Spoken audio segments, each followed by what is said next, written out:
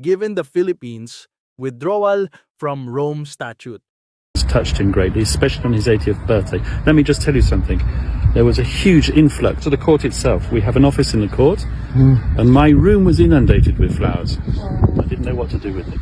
We love our president. But that is just a show of support and a show of love.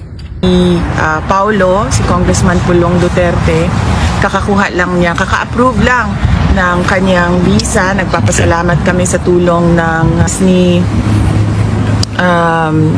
Hanilet. Bago umalis si Hanilet, darating si Congressman Pulong Duterte. Yung susunod, pag alis ni Congressman Pulong Duterte, dapat na envelope, yun yung huling-huling document na hinihiters kung sino yung mag-uusap about mga pangangailangan ni Pangulong Duterte sa loob. Walang kaso. In fact, isa yan sa pula ko ngayon sa ICC. Palibasa, wala na aktibong kaso.